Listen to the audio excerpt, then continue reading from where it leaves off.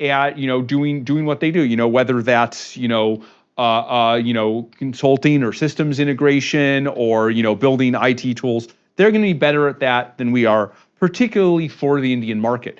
And so our hope is that we can add AI to what they do and kind of enhance what they do, right? There's a lot of worry that, AI could, replace SaaS or all of these things. But my view is if we do this in the right way, if we work with all these companies, then AI can enhance what they're doing, can enhance their kind of, their connection to the market, their go-to-market abilities, and their specific know-how. I really like the steam engine story. When the steam engine was invented, how the world changed, productivity went up, people had more.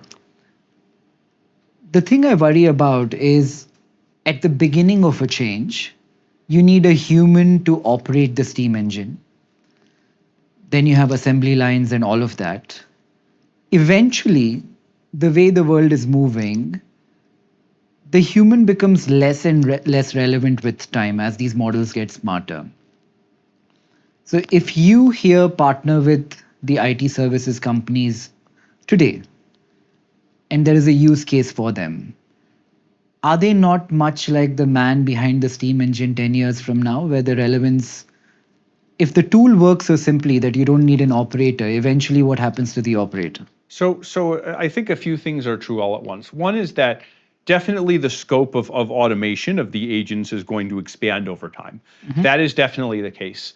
I think that's a problem for everyone. That's a problem for us. That's a problem for consumers. It's not just a problem for the IT companies.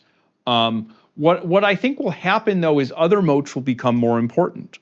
For example, the models have not done a lot in the physical world. They may at some point. I think robotics will happen at some point, but I think that's a distinct thing from what's happening now with AI. So a lot of this involves things in the physical world. Another thing is things that are human centric, right? Some of these IT companies are also consulting companies.